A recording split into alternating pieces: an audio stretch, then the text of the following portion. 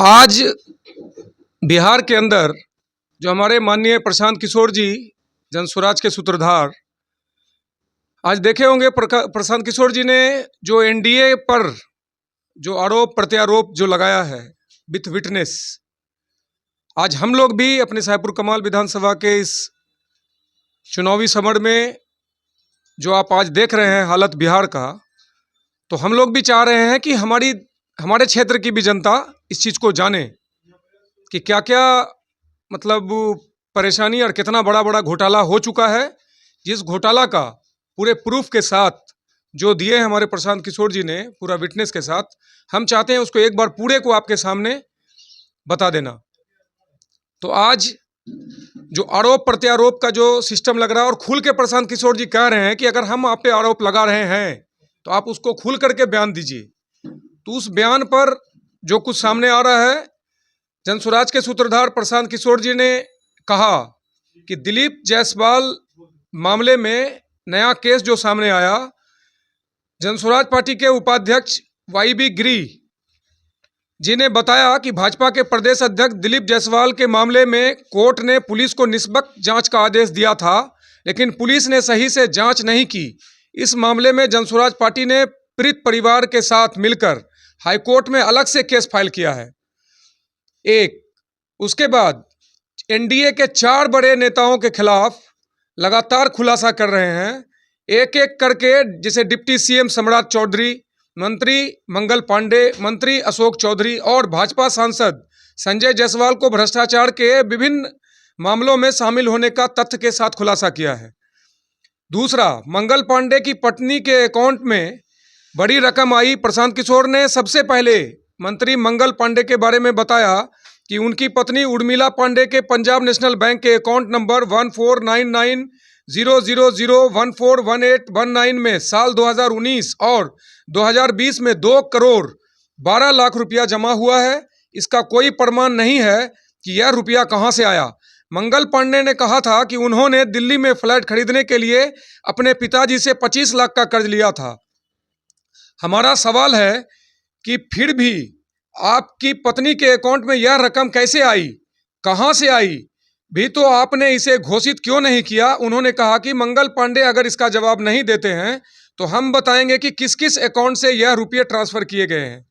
चौथा, सम्राट चौधरी पर हत्या में शामिल होने के बाद नाम बदलने का आरोप प्रशांत किशोर जी ने डिप्टी सीएम सम्राट चौधरी को घेरते हुए उन्हें नाम बदलने का विशेषज्ञ बताया है। कहा कि इनका नाम राकेश कुमार था, जो बाद में राकेश कुमार उर्फ सम्राट चौधरी है, लेकिन इनका पहला नाम सम्राट कुमार मौर्य है। साल 1998 में कांग्रेस नेता सदानंद सिंह की बम मारकर हत्या करने का आरोप इनको नाबालिग बताकर 6 महीने में जेल से निकाला गया। जब यह बिना विधानसभा या विधान परिषद का सदस्य बने, मंत्री बने, तब इन पर कम उम्र होने का आरोप लगाकर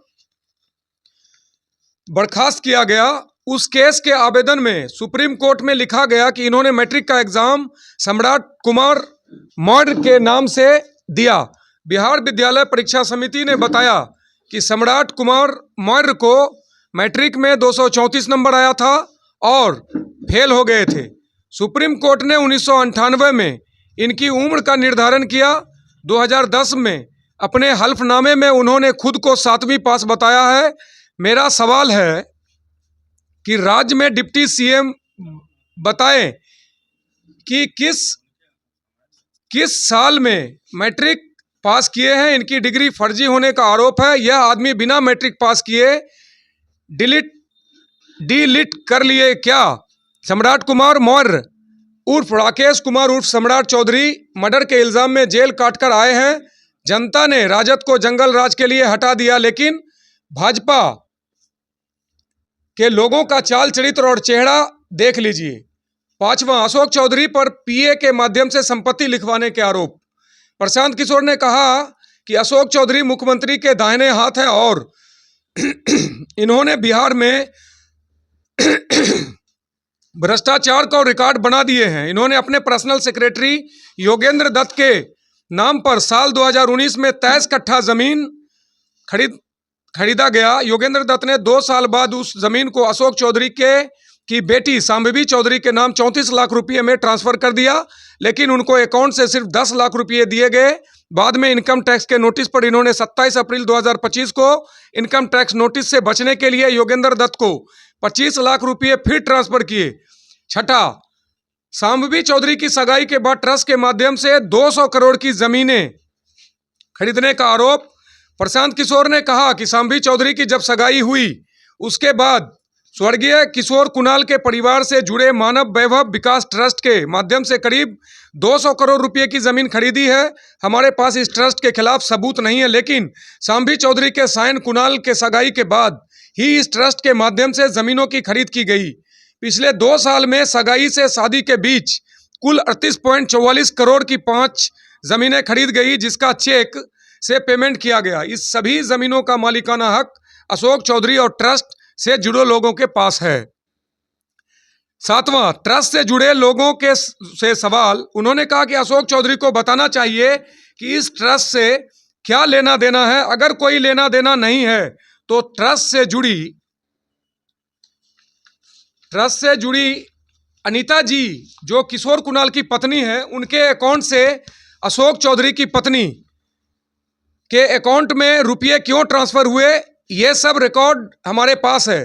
साथ ही इस ट्रस्ट से जुड़े लोगों, जिनमें अनीता जी पूर्व ब्यूरोक्रेट जियालाल आर्या और मुख्य सचिव प्रत्यय अमृत की माता जी जैसे लोग भी हैं, उनको बताना चाहिए कि ट्रस्ट के माध्यम से अचानक हाल के दिनों में इतने जमीन की खरीद क्यों की गई। आठवां, संजय जायसवाल पर पेट्रोल पंप में धोखाधड़ी का आरोप। प्रशांत किशोर ने इसी क्रम में आगे पश्चिम चंपारण के भाजपा सांसद संजय जायसवाल पर भी उनके पेट्रोल पंप के माध्यम से सरकारी धन की लूट का संगीन आरोप लगाया। उन्होंने कहा कि बेतिया शहर के छौनी इलाके में संजय जायसवाल के परिवार का एक पेट्रोल पंप है, जिसके पास फ्लाईओवर बनाना था। संजय जायसवाल ने कई सालों तक फ्लाईओवर सिर्फ इसलिए नहीं बनने दिया कि उनके पेट्रोल पंप की बिक्री प्रभावित हो जाती है। इन्होंने एक वक्त पेट्रोल पंप पर सार्वजनिक बोर्ड भी लगवाया था कि फ्लाईओवर का निर्माण मेरे नहीं, राज्य सरकार की वजह से रुका है। संजय जायसवाल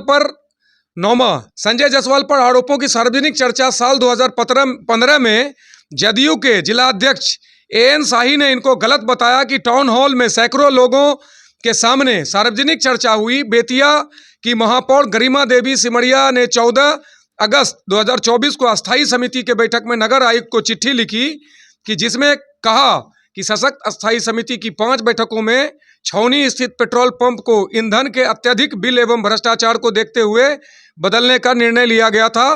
पेट्रोल पंप के बिल के भुगतान पर पूर्णतः रोक लगाने का निर्णय लिया गया था। उन्होंने कहा कि नगर निगम की सफाई की गाड़ियों को 5 करोड़ रुपये का भुगतान किया गया था, जिसमें ज्यादातर भुगतानों को फर्जी और बढ़ाकर लिया जाने वाला बताया गया। 10वां, संजय जायसवाल पर प्रशांत किशोर जी का जो हमला था वो जायज था। संजय जायसवाल पर हमला करते हुए प्रशांत किशोर ने कहा था कि अपने पिताजी मदन जायसवाल सज्जन व्यक्ति थे, उनकी इज्जत है, आपकी इज्जत नहीं है। आप भाजपा छोड़कर भागे और राजद से चुनाव लड़े तो 5000 वोट आया था। बोले थे कि हमको जेल भिजवाएंगे। हम कह रहे हैं कि 7 जन्म लगेगा तब भी मेरा हाथ नहीं पकड़ पाएंगे। तो मेरा ये सवाल है कि ये जो हमारे माननीय प्रशांत किशोर जी ने जो भी एलिगेशन लगाया है तमाम नेताओं पर, उसका एलिगेशन का पूरा प्रूफ के साथ तमाम लोग सब दे रहे हैं आपको। एक दूसरा, हमारे विधानसभा के जो हमारे विधायक हैं सतानंद उर्फ संबुद्ध उर्फ ललन भैया, उन पर भी मेरा आरोप है कि आज यहाँ पर एक जो आप उसको बोल लीजिए कि एक ये लगता है हाट बाजार, जिस हाट बाजार में जहाँ पर गाय का बिक्री लेना देना सब वहाँ पर सुनिश्चित किया जाता है, किस समिति के द्वारा किसके आदेश से किस तरीके से चलाया जा रहा है इस विधानसभा के अंदर, ये पहला सवाल। दूसरा, बार बार आप मुंगेर जाने वाला जो पुल बहुत मेहनत और मुशक्कत से बना, उसका ओवरलोड का जो ट्रैक वहाँ पे हटाया जाता है, जो ओवरलोडिंग के लिए एक लगा रहता है गार्ड, उस गार्ड को हटने और हटवाने का जो काम जो चल रहा है प्रशासनिक व्यवस्था के साथ मिल करके, इसमें भी पूर्ण तरीके से यहाँ के विधायक का संलिप्तता है, ये मेरा भी कहना है पर्सनली। और अगर इस पर संपूर्ण तरीके का अगर जांच चाहिए तो आप कभी भी उनका मोबाइल जांच करवा लें, आपको मिल जाएगा यहाँ पे संलिप्तता। अगर आपका कोई सवाल हो तो आप कर सकते हैं। सवाल ये है कि इतना इतना लोगों पर, विपक्ष के लोगों पर जो ये सुशासन की सरकार चल रही है, एनडीए गठबंधन के नेताओं पर इतना भयानक भयानक आरोप प्रशांत किशोर जी के द्वारा लग रहा है कि ये इतने पढ़े हैं, तो इतनी की संपत्ति है, कहाँ से आया कैसे, जब इतना चीज वो जान रहे हैं तो इसीलिए तो फिर आर्थिक इकाई है, ईडी है, निगरानी विभाग है, ये सब कहाँ है? नहीं, वो तमाम जा भी रहे हैं, केस भी दायर हुआ है। एक दूसरा, इनकम टैक्स है। ये जनता तक उस केस का मसला सामने नहीं आ पाता है, तो जनता जिस तरीके से भरोसा कर रही थी गलत लोगों पर, तो जनस्वराज का एक प्रयास है, सही लोग सही सोच जो सामूहिक प्रयास से आने का जो कोशिश किया जा रहा है, तो इसमें आने वाले वक्त में जनता को बताने के लिए, उसको पूरा जागरूक करने के लिए एक विटनेस के साथ प्रशांत किशोर जी ने इसको फ्लैश आउट किया है कि जनता इसको समझे और देखे और ऐसे लोगों को भविष्य में मौका नहीं दे। इसके लिए ये पूरे प्रूफ के साथ है आपके पास, ये एलिगेशन सिर्फ नहीं है।